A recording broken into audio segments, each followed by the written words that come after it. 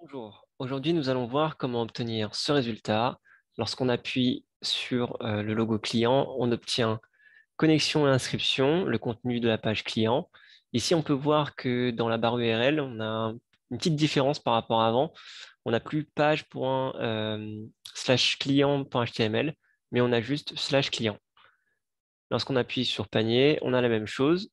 En plus de ça, on peut voir que nous avons l'entête et le bas de page de notre site. Lorsqu'on appuie sur le logo du site, nous avons le contenu de notre page accueil qui vient se montrer. Alors, on va juste revenir là où nous en étions auparavant. Donc, nous étions ici. Avant ça, on va commencer par changer les liens ici et on va rediriger nos visiteurs en fonction de ces liens. Voilà. Ici, lorsqu'il va appuyer sur le logo du site, il va tomber sur notre adresse. Lorsqu'il va appuyer sur l'icône de client, il va tomber sur client. Et ici, lorsqu'il va appuyer sur l'icône du panier, il va tomber sur panier. On va tester. Donc concrètement, qu'est-ce qui se passe? Ici, maintenant, lorsque l'utilisateur va venir cliquer sur l'icône client, dans la barre, ici on voit que ce qui a changé, c'est que on a un /client qui vient d'apparaître. Et lorsqu'il appuie sur le panier, il y a un /panier qui vient de s'afficher. Lorsqu'il appuie sur le logo du site, il ne s'affiche rien, mais c'est équivalent, rien, c'est équivalent à un /. Voilà. Avant d'aller un peu plus loin, je vais vous montrer une nouvelle fonction PHP. Et pour ça, je vais mettre entre commentaires mon include. Pour mettre en commentaire, on fait 2 slash et ce code ne sera pas exécuté. Alors, la fonction qu'on va voir aujourd'hui, c'est une fonction qui va nous permettre d'afficher du texte. Elle s'appelle echo, donc c'est E-C-H-O, et elle vient attendre un paramètre entre ces parenthèses. Ce paramètre peut être du texte, par exemple, on peut mettre hello, de cette façon. On va essayer. On voit ici qu'on a hello qui s'affiche, mais ça peut être bien d'autres choses comme une opération mathématique, des variables ou même des super globales. C'est d'ailleurs ce qu'on va voir aujourd'hui. On va voir une super globale qui s'appelle serveur. Alors, comment s'écrit cette super globale? Elle s'écrit $_, le tiré du 8, serveur en majuscule, et on va utiliser dans cette super globale serveur, on va demander request, le contenu de request URI.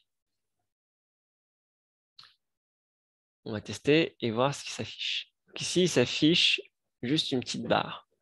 Alors, avant d'aller un peu plus loin, qu'est-ce qu'une super globale? Une super globale, c'est une variable qui est déjà présente dans notre navigateur et qui va venir stocker des informations. Dans notre super global serveur, on a plein de choses qui sont accessibles et qui sont stockées. Et nous, ce qu'on va venir stocker ici, c'est le request URI. Alors ici, ça nous affiche juste une petite barre. Pourquoi? On va essayer de venir voir ici dans notre vue visiteur. Donc on avait dit que si on ne met rien, c'était l'équivalent de juste une barre oblique. Là, si je mets une barre oblique, on a une barre oblique, mais si je mets rien, on a encore une barre oblique. Par contre, si je viens mettre, par exemple, un chemin tel que celui-ci, on voit que cela s'affiche. Si je mets juste hello, hello s'affiche. Alors à quoi ça va nous servir? Cela va nous permettre de dire que en utilisant une super global server request URI, c'est-à-dire que si cette super globale est égale à hello, alors je vais venir inclure ce que je veux. Donc par exemple ici, si je mets client, alors je souhaite inclure la page client, le contenu de la page client. Alors comment on va faire ça? Pour ça, on va utiliser des conditions. Et la condition qu'on va utiliser aujourd'hui, ça va être la condition si, sinon. Étant donné qu'on code en anglais, on va l'écrire en anglais. Et si, c'est if. Et le if vient attendre, entre ces parenthèses, une condition. Alors, si on voudrait, on pourrait directement prendre la super globale et la mettre ici dans le if, pour après faire notre condition. Mais on voit que cette instruction est un peu longue. Donc pour ça, on va pouvoir venir la stocker dans une variable. Une variable, qu'est-ce que c'est? Une variable, c'est comme une boîte qui va venir stocker des informations ou des données.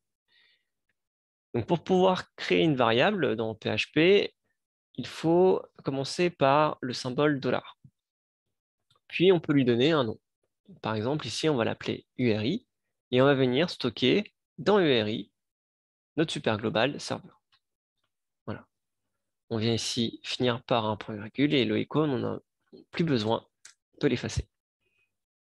Et maintenant, plutôt que d'avoir à copier ça, qui serait quand même un gros morceau, et vu qu'on va continuer à faire une condition, ça deviendrait un peu gros, on va tout simplement maintenant utiliser notre variable fraîchement créée, qui s'appelle URI. Donc on va mettre si URI est égal à juste un slash accolade. Alors à quoi servent les accolades? Dans ces accolades, on va venir mettre les instructions qui seront liées à cette première condition. Donc ici, on va venir prendre notre include, on va venir le déplacer à l'intérieur de ces accolades. Et là, ici, on va venir tester notre code. Donc si on est sur client, il ne nous affiche rien, il ne nous inclut rien. Par contre, si on met juste un slash ou si on ne mettait rien, il vient bien inclure le contenu de notre page d'accueil. Maintenant que c'est bon, on peut essayer de faire la même chose pour client. Et on va mettre si l'URI est égal à client, alors affiche-moi la page client. Donc ici, on peut mettre client et on voit qu'on a bien le contenu. Ainsi de suite. Pour avoir plus de lisibilité et comprendre ici que nous avons la première condition, puis la deuxième et encore la troisième, etc. Et différencier les si, on va plutôt appeler le deuxième else if de cette façon. On peut le mettre à la ligne ou le mettre juste après la fin de la collade. Donc on va mettre une autre condition, une troisième condition. Voilà. J'utilise un petit raccourci qui est le CTRL-D qui vous permet de sélectionner le même texte qui est au-dessus et de pouvoir écrire voilà, en parallèle sur deux lignes. Donc ici, je vais mettre que si l'URI est égal à panier, on m'affiche le panier. On va tester. Panier. J'ai bien panier d'utilisateur. Mon petit problème, si j'affiche n'importe quoi, ici, je n'ai pas de message d'erreur. Ce qui serait bien, c'est de dire que si aucune de ces conditions n'est bonne, sont bonnes, alors je veux un petit message d'erreur qui me dit que ces pages n'existent pas. Pour ça, je vais pouvoir mettre juste un else et dire que voilà, si ces trois conditions ne sont pas remplies, alors je vais juste mettre un message écho. Alors on a vu que les fonctions s'écrivaient toujours de cette manière, mais pour le écho, si vous voulez, vous pouvez supprimer les parenthèses et juste afficher le message de cette façon-là. Erreur, il comprendra ce que vous voulez. Cette page n'existe pas. Point virgule pour finir l'instruction. On va tester. Et voilà, ça fonctionne. Voilà, c'était tout pour aujourd'hui. Aujourd'hui, on a vu pas mal de choses. On a vu la fonction echo qui permet d'afficher du texte.